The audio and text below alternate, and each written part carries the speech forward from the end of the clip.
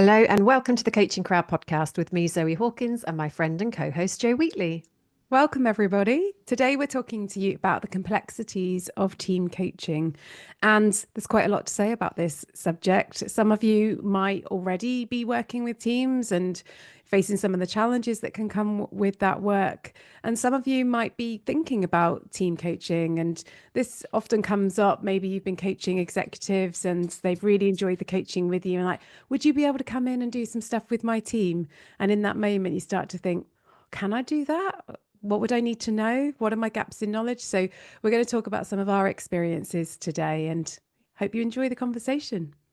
I think the starting point is worth saying that it's fun, like group and team coaching and specifically team coaching is really rewarding and valuable work. So as complex as it can become, it's a real challenge as a coach. And I think people become coaches because they love learning.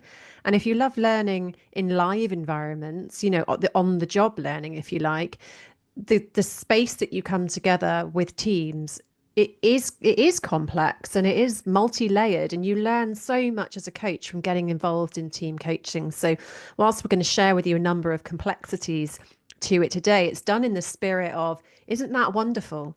Isn't that wonderful? Great rich learning to come from this space. So I think the first one that I would share is a question we actually get asked, when we're training people on our coaching programs and within group and team coaching, is what happens if the line manager wants to be involved in the team coaching, but when you start doing the team coaching, they then take the lead within the coaching.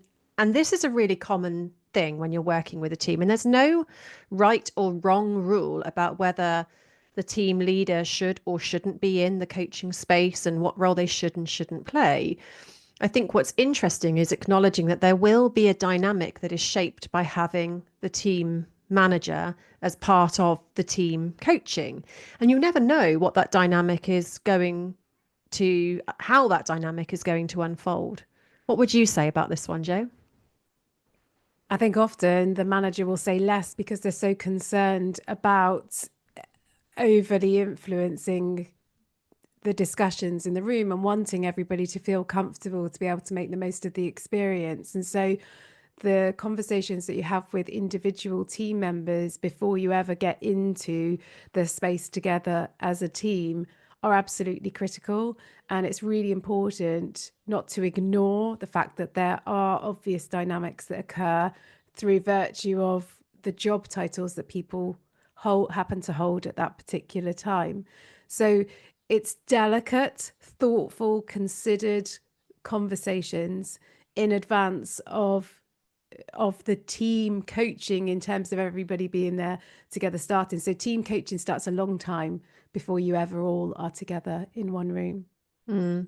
And it's connected to another complexity, which is around the nested relationships. Because if you've got your team manager as part of the coaching, there may be some of the team who get on very well and have really strong relationships and are really happy to have that person in the room and helping to shape the outcomes that are there. But there may be others, or maybe one person who doesn't have a great relationship with that team manager. And so you start to have nested systems within the system itself of the team. And part of the work really of a team coach is noticing and bringing to light those nested systems if it's in service of the outcome that the team is trying to get. And that takes real courage, I think, as a coach, to be able to witness what's happening, as you say, delicately, I think, navigate those relationships and help the team to understand how is that serving them or how is that not serving them in the pursuit of what they're trying to achieve together. Yeah, sometimes it's getting the permission initially around like that permission and agreement as to what is the coach's role, as much as everybody else's role in it. And what does the coach have permission to do within the space? If they have the permission to share observations, for example, if they hear or notice that, a couple of people or half the people are like, they can see solutions and they're very enthusiastic, but the others are really not only are they not saying anything, but you can feel a negative or resistant energy from them. Do they have permission to share it? But the role of the coach is also to help the team to notice and observe themselves. So to be able to be in it and also rise above it and be able to look back down on it. So, and that I think is part of the journey of team coaching, is enabling the team themselves to not only observe and notice those things, because they may already be aware of those things, but they may not have the psychological safety and permissions in that team to be able to talk about those things and to be able to explore them and resolve them and experiment with what might help to shift beyond it, because the dynamics that occur in a team are not really that different to what you'd find in a marriage or a friendship, or relationships that exist over a period of time. It's not all roses. There will be tensions that occur, and that isn't, it can become a negative thing, but it's not a negative thing in of itself. It's almost team coaching plays a role in normalizing those things, Mm. in helping the team to acknowledge that tension and complexity and conflict are a normal part of team life, and how, as a team, do they want to navigate, explore, and learn from those experiences. And as you said, Joe, earlier, like the team coaching starts long before the work that you do. So obviously, what we're kind of alluding to here is a contracting element to teamwork that is probably much deeper than the contracting you might do on a one-to-one. Well, it is deeper than what you would do on a one-to-one, because you're not just creating a contract with one person, you're creating a contract with the team, like the system of the team and the individual members within the team. So there's this piece around, what is it that the team wants to achieve? It's almost like the team is a body and a person within its own right. Like, what does that team need to achieve? And then there's the people within the team who are incumbents of roles that serve the team itself. And so when you're contracting on these multiple levels to ensure that, as best you can, everyone has clarity around the roles that they play within this team coaching space, and what is and isn't invited, acceptable. What is the journey that they're going on together? And that sounds really simple, but I think it's very easy to say, oh, we're going to do some team coaching and it's going to be a really lovely learning experience. But specifically, what is that journey? What's that going to look like? What does it involve from a level of commitment, honesty, vulnerability?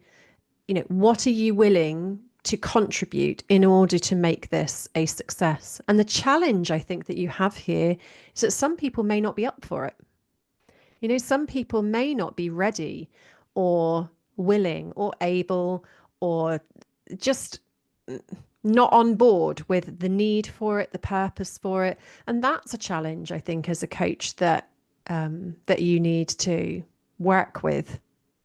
And some of those scenarios are things like somebody's already in their head decided that they're leaving, going to hand their notice in, or they're looking for jobs and they're just biding their time until that move happens. So psychologically, they've already exited the building.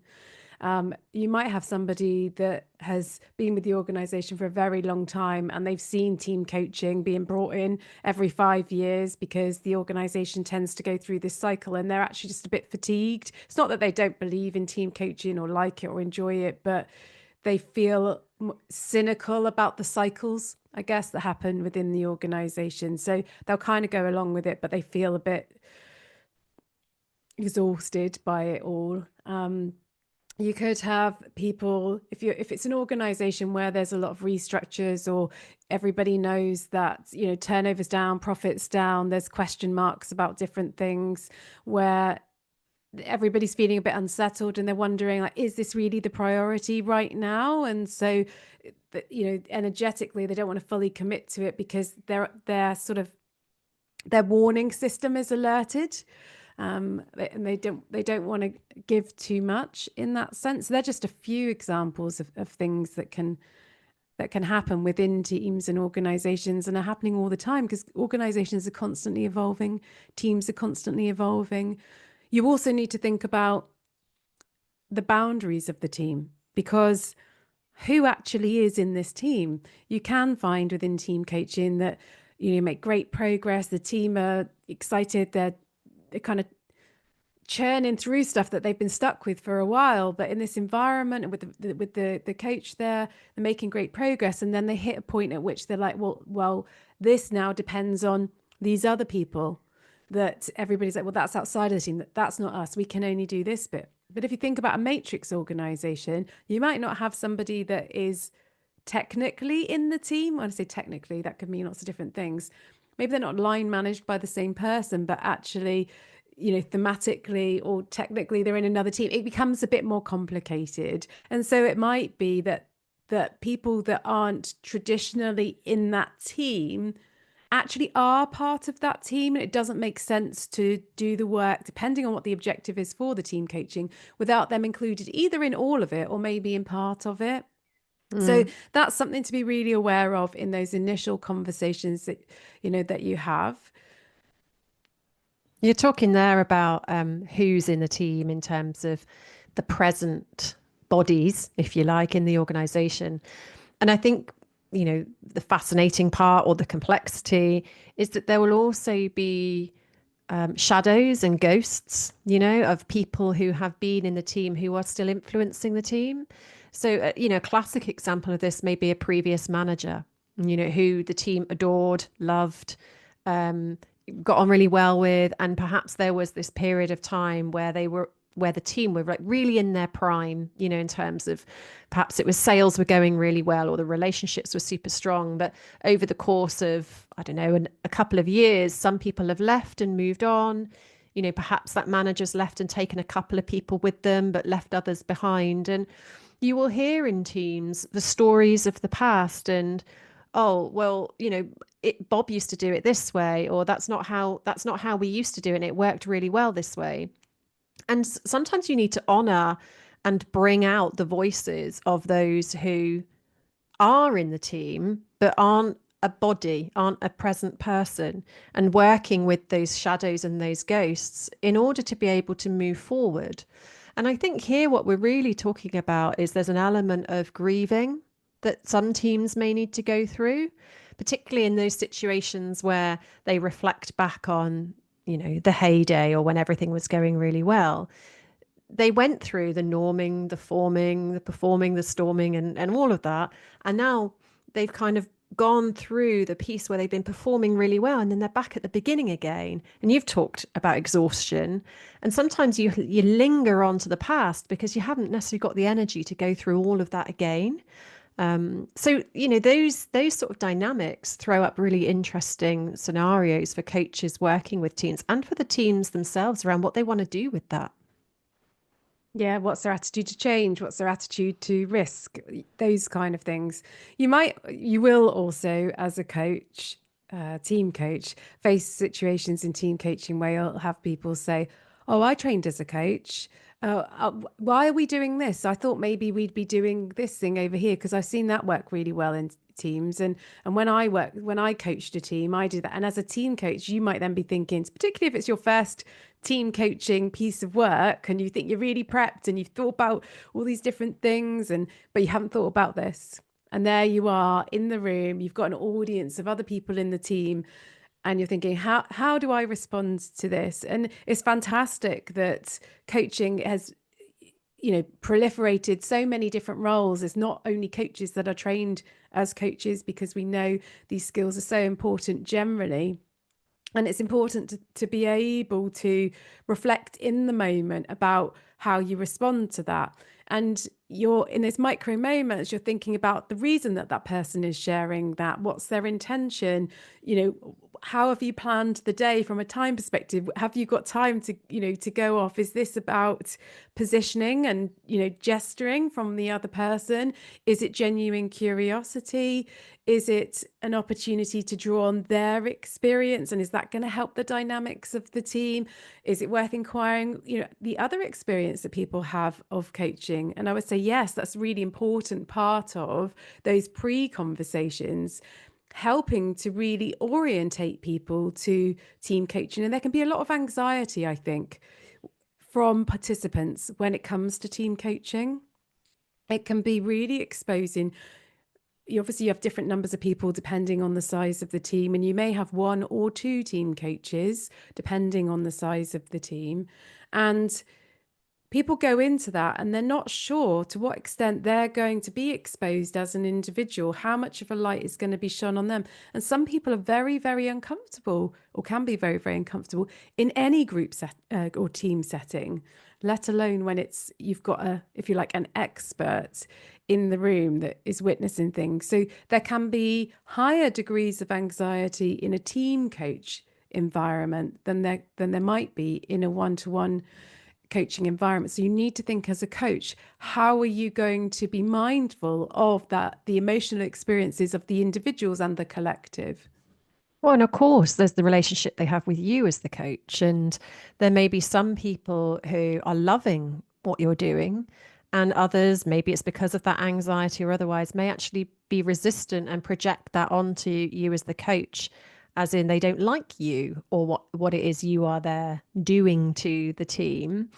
And, the thing is that then as the coach, you need to resist the dynamic to align with those that like you.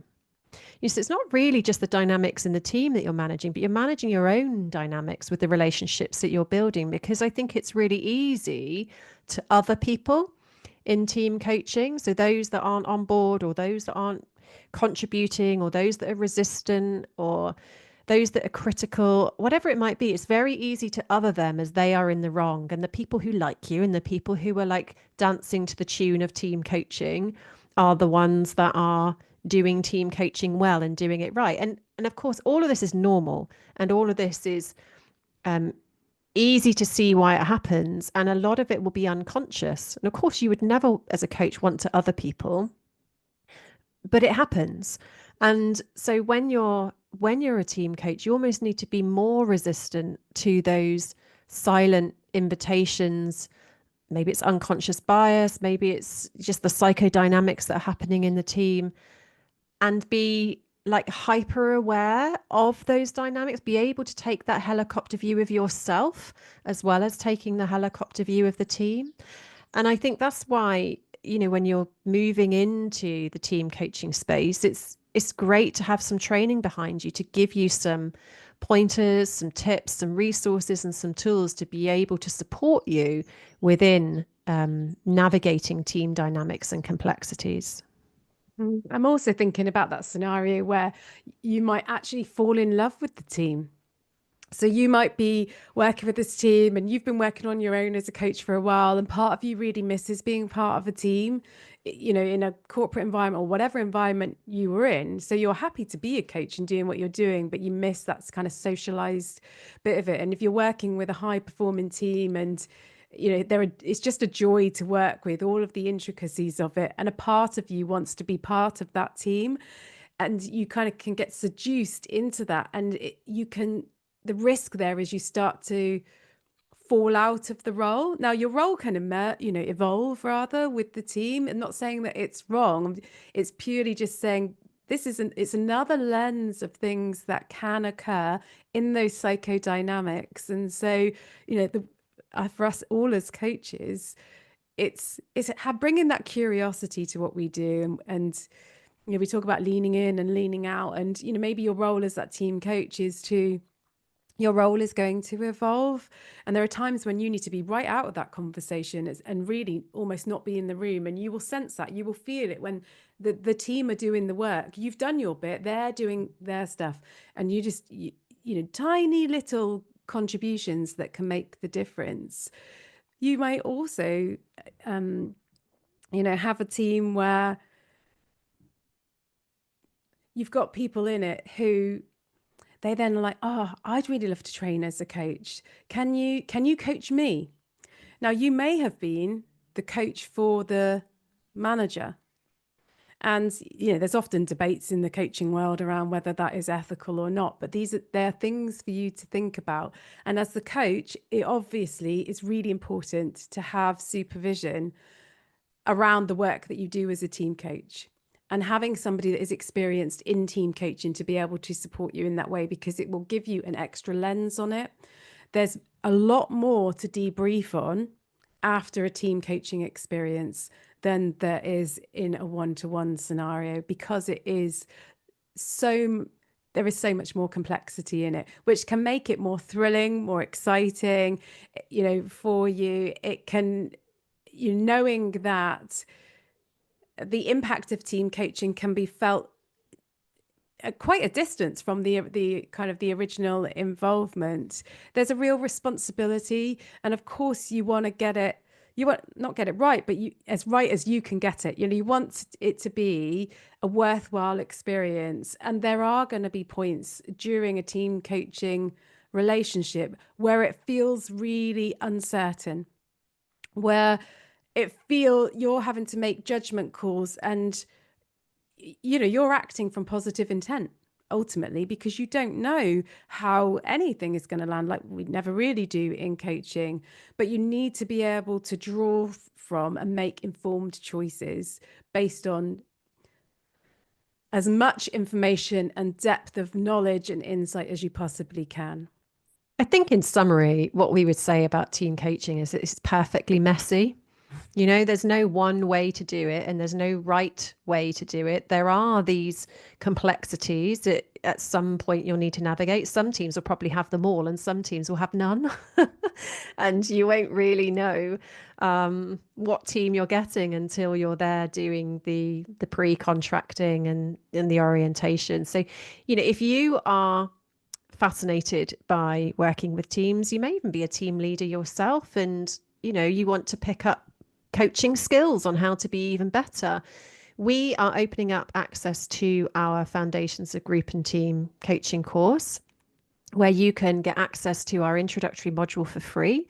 And you can get access to that at igcompany.co.uk/GTC now. So if you're a coach and you want to learn more about team coaching, if you're a team leader and you want to pick up some coaching skills, we highly recommend you do that introductory module. That's going to really help to build your foundational knowledge around what group and team coaching is, some of the competencies around it. So do take us up on that opportunity to do that introductory module for free at igcompany.co.uk/GTC now.